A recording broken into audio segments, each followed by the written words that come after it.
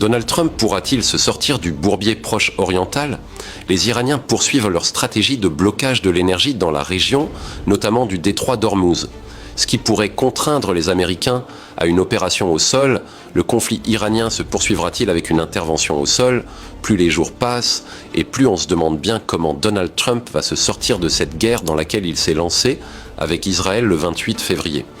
En effet, l'Iran, qui semblait plus que préparé à cette guerre, semble mener une stratégie qui met en péril l'économie mondiale et sous pression les États-Unis, peut-être dans des proportions qu'il n'avait même pas envisagées, et malgré les éliminations en série de dirigeants iraniens, le régime de la République islamique d'Iran ne semble pas particulièrement affaibli, et affiche au contraire une détermination surprenante en affirmant que la sortie de conflit ne peut pas se faire avec un retour à la situation d'avant-guerre, mais bien avec une situation nouvelle où les Iraniens seraient la nouvelle grande puissance régionale. Un cessez-le-feu ne semble pas à l'ordre du jour, ni même acceptable pour Téhéran à l'heure actuelle.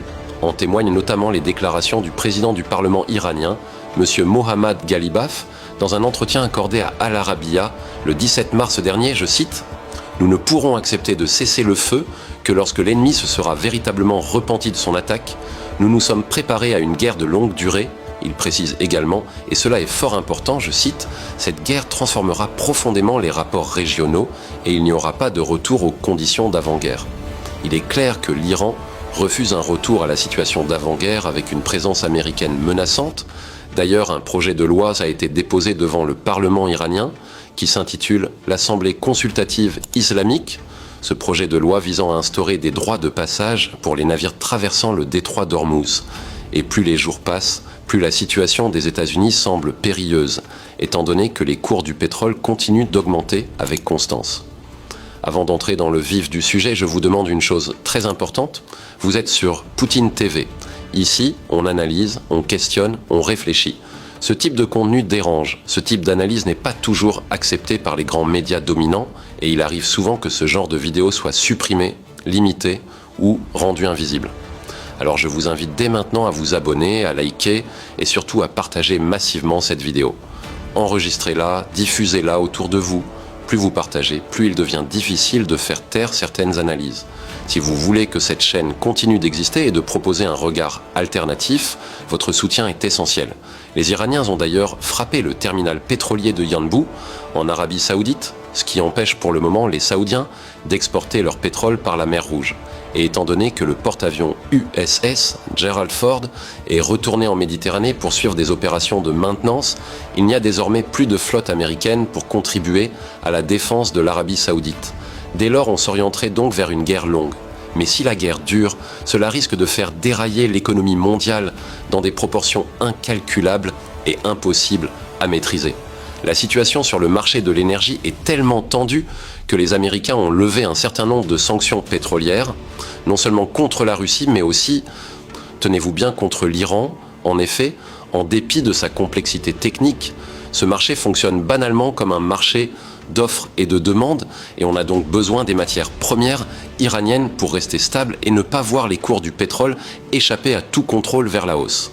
Une situation aux apparences ubuesques, mais confirmée par les critiques de Donald Trump à propos de la frappe israélienne sur le gisement iranien, le plus important du monde. En effet, Donald Trump a affirmé qu'il ne savait rien de ces frappes israéliennes, avant toutefois de menacer de le détruire intégralement si les frappes iraniennes contre le Qatar se poursuivent. Et alors, dans les cercles américains de pouvoir, on évoque de plus en plus la possibilité d'une intervention américaine au sol, notamment pour prendre le contrôle de l'île de Kharg afin de faire pression sur l'Iran. Pour rappel, les États-Unis et Israël ont déjà bombardé cette île, sur laquelle se trouve le principal terminal pétrolier iranien.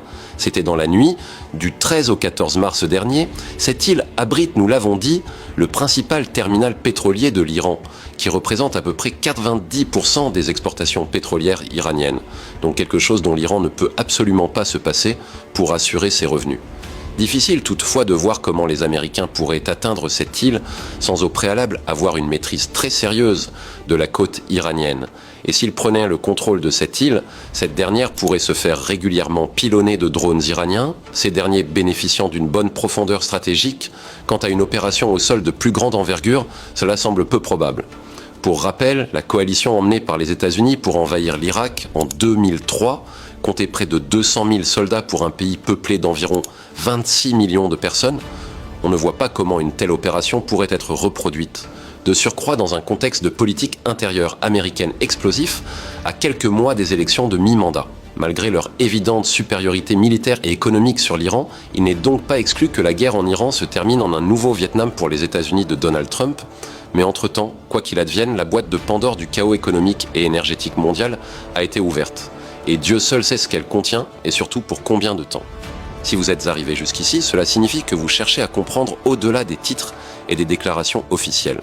Vous êtes sur Poutine TV, un espace d'analyse où l'on examine les stratégies, les contradictions et les enjeux profonds. Encore une fois, abonnez-vous, likez cette vidéo, partagez-la massivement, sauvegardez-la.